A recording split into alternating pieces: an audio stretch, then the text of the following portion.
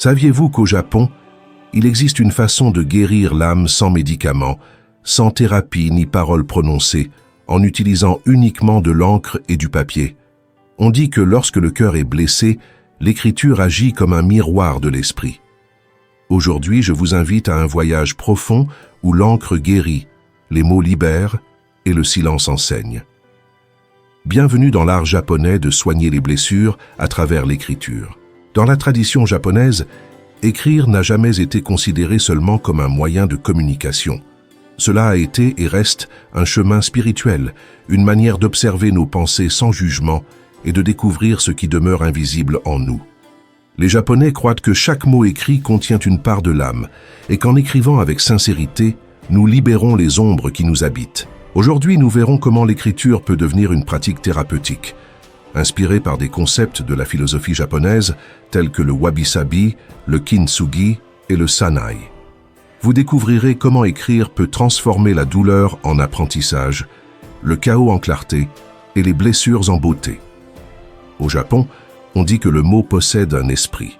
Le Kotodama, littéralement l'âme des mots, soutient que les mots ne transmettent pas seulement des idées, mais possèdent une énergie spirituelle capable d'harmoniser ou de modifier notre environnement. Lorsque nous exprimons ce que nous ressentons, le Kotodama se manifeste. L'écriture devient alors une cérémonie silencieuse où chaque mot posé sur le papier libère des émotions retenues. De nombreux moines, samouraïs et poètes pratiquaient l'écriture quotidienne comme purification de l'esprit, non pas pour être lu par les autres, mais pour se comprendre soi-même. Et c'est là l'essence d'écrire pour guérir. Il ne s'agit pas d'écrire pour les autres, mais pour se retrouver soi-même. Le wabi-sabi est l'une des philosophies les plus profondes et émouvantes du Japon. Il nous invite à regarder le monde avec des yeux plus humbles et sensibles, à trouver la beauté non pas dans la perfection, mais dans la simplicité, l'inachevé et l'éphémère.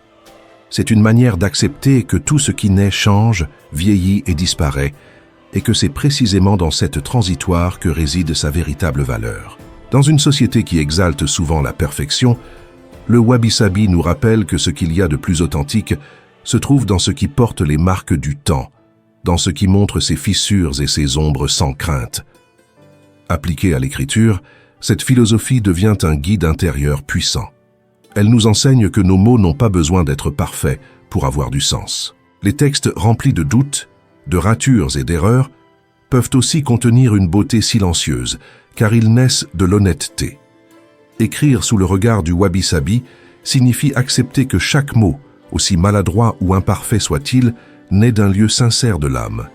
Il ne s'agit pas de chercher la forme parfaite pour exprimer quelque chose, mais d'oser dire ce que nous ressentons vraiment, même si la voix tremble. En écrivant sur notre douleur, nous ne recherchons pas la perfection, mais la vérité. La vérité n'est ni lisse ni symétrique. Elle est brute, parfois confuse, mais toujours vivante. Chaque mot posé sur le papier est comme une fissure dans un vieux vase en céramique. Ces fissures ne doivent pas être cachées ni réparées entièrement. Elles doivent être contemplées avec respect, car elles portent notre histoire.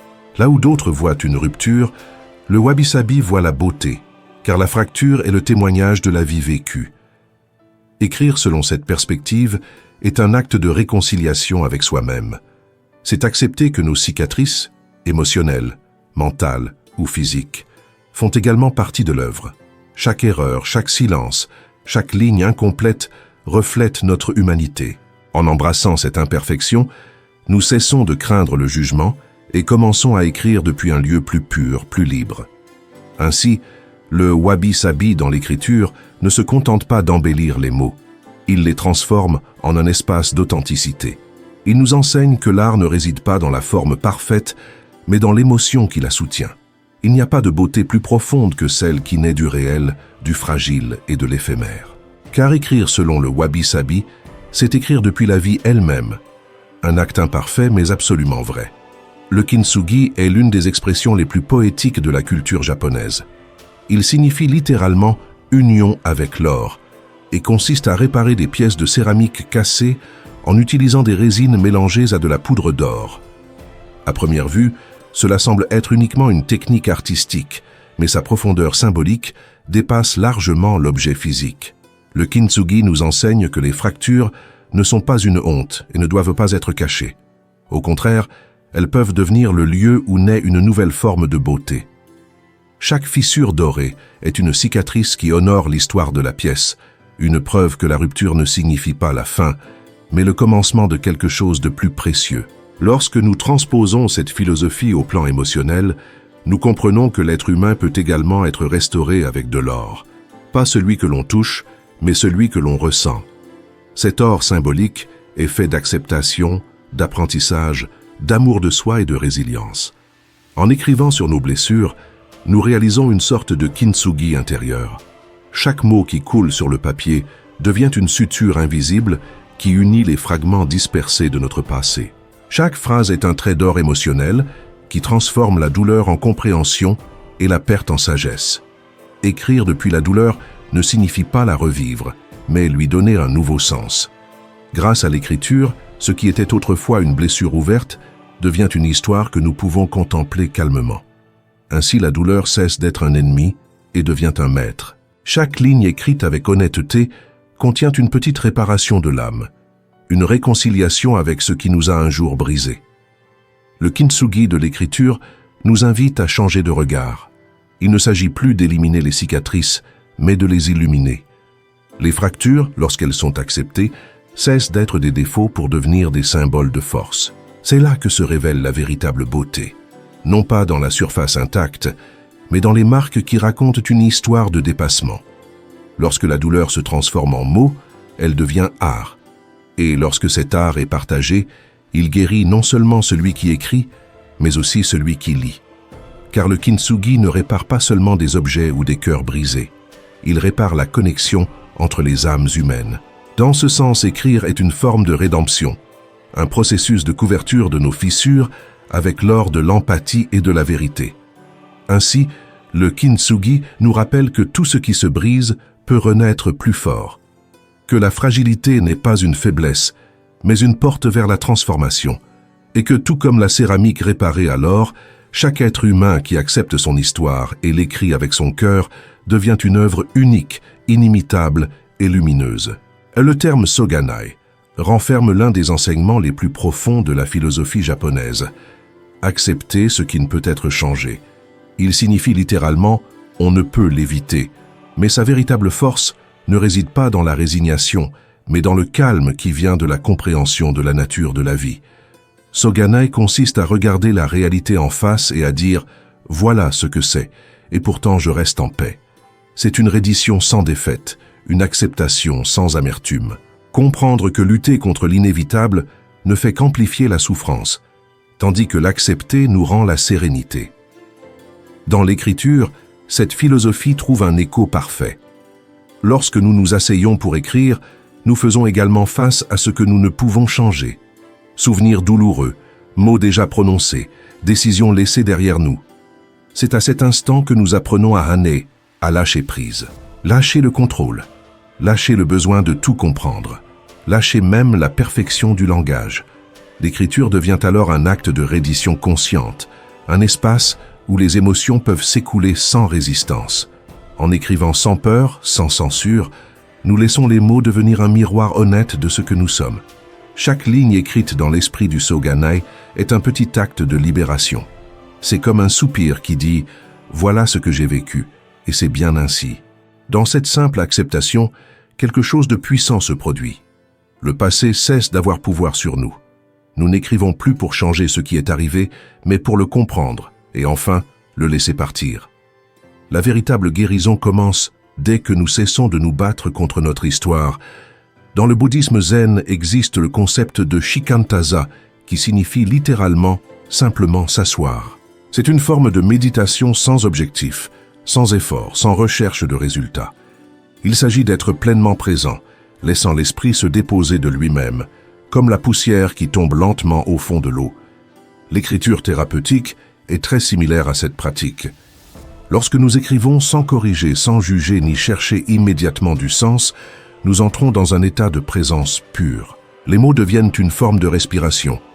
Ils entrent et sortent, emportant ce que le cœur a besoin de libérer. En écrivant ainsi, sans attente, l'esprit se calme et l'âme retrouve son rythme naturel. Peu importe si le texte est chaotique, confus ou répétitif. L'important est qu'il soit vrai. Comme l'eau qui coule sans résistance, l'écriture trouve aussi son cours lorsque nous cessons de lui imposer une direction. Parfois, il suffit de laisser les émotions se répandre sur le papier pour que quelque chose en nous commence à s'organiser en silence. Dans de nombreux temples au Japon, existe une très ancienne tradition. Écrire des lettres qui ne seront jamais envoyées. Ce sont des messages adressés à des personnes, souvenirs ou situations encore douloureuses. Ensuite, ces lettres sont conservées ou brûlées dans un petit rituel de libération. Cet acte symbolise le détachement de ce qui ne nous appartient plus. Écrire dans ce contexte n'est pas communiquer, mais purifier. Le feu ou le silence se charge de clore le cycle que les mots ont ouvert. Ainsi, Soganai, Anai et Shikantaza convergent en un même point. L'acceptation. Accepter ne signifie pas se rendre, mais reconnaître la valeur de ce qui a été. Écrire depuis cette sérénité est une façon de se réconcilier avec le passé, de transformer la douleur en compréhension et le silence en paix. Car au final, l'écriture ne se contente pas de raconter ce qui a été vécu. Elle guérit, libère et transforme. Chaque mot écrit avec sincérité est une graine d'équilibre intérieur, un rappel que tout ce que nous sommes, nos chutes, pertes et apprentissages, mérite aussi d'être accueilli avec compassion. Imaginez une chambre japonaise traditionnelle. Tatami au sol, une bougie allumée, silence absolu. Juste vous, un pinceau et du papier de riz devant vous. Ce moment n'est pas une tâche, c'est un rituel sacré. Chaque trait a une intention. Chaque pause entre les mots est une respiration de l'âme. Vous pouvez reproduire ce rituel dans votre vie. Trouvez un endroit calme, respirez profondément et écrivez ce que votre cœur n'a pas pu dire. Ne cherchez pas la beauté, cherchez la vérité. Et quand vous avez terminé, lisez vos mots à voix basse. Sentez le poids de ce qui n'est plus à l'intérieur de vous. Voilà ce que signifie guérir en écrivant.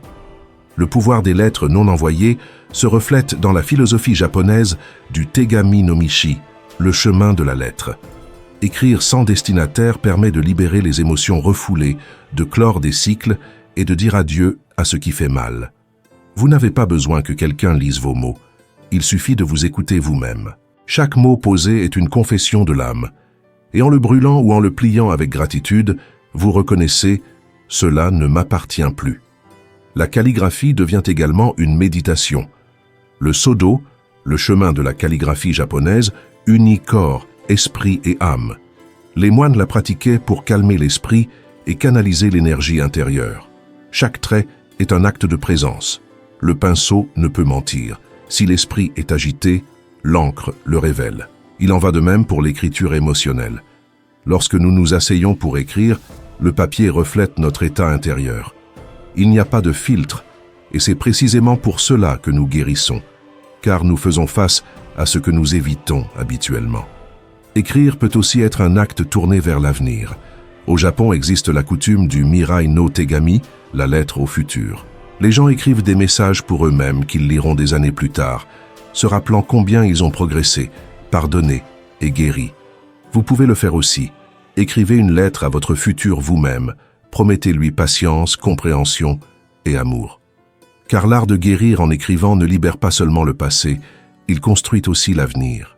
Lorsque vous avez fini d'écrire, ne vous préoccupez pas de corriger ou de relire à la recherche d'erreurs. Observez simplement le silence qui reste. Ce silence est le reflet de votre âme en paix. La véritable guérison ne vient pas en écrivant le dernier mot, mais en écoutant ce que votre esprit révèle ensuite. Dans ce calme réside le véritable pouvoir de l'écriture japonaise.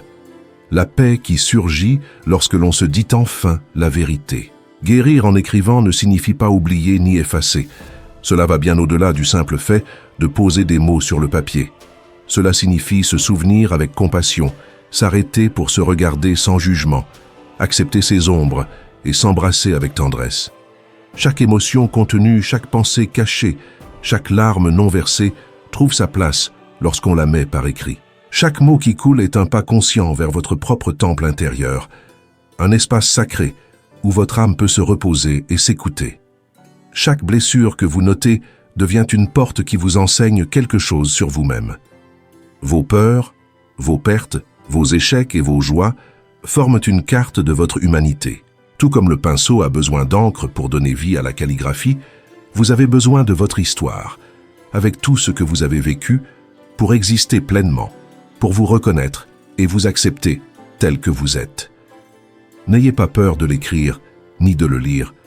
En le faisant, vous ne documentez pas seulement des expériences, vous vous retrouvez vous-même, découvrant des forces insoupçonnées et comprenant votre lumière et votre ombre. Écrire est un acte de courage, un rituel d'amour-propre et un pont vers votre paix intérieure. Si ce voyage à travers la philosophie japonaise vous a inspiré, si un mot a touché une partie de vous qui avait besoin d'être entendue et comprise, abonnez-vous à la chaîne. Ici, nous plongeons dans la sagesse orientale, l'introspection profonde et la guérison de l'âme à travers le silence, la beauté et la pleine conscience. Laissez-moi en commentaire quel mot ou quelle phrase vous a guéri aujourd'hui, ce qui vous a fait ressentir, réfléchir ou vous réconcilier avec vous-même. Et n'oubliez jamais, vos blessures ne vous brisent pas, elles vous révèlent. Chaque cicatrice, chaque souvenir, chaque émotion est un maître qui vous guide vers la totalité de votre être.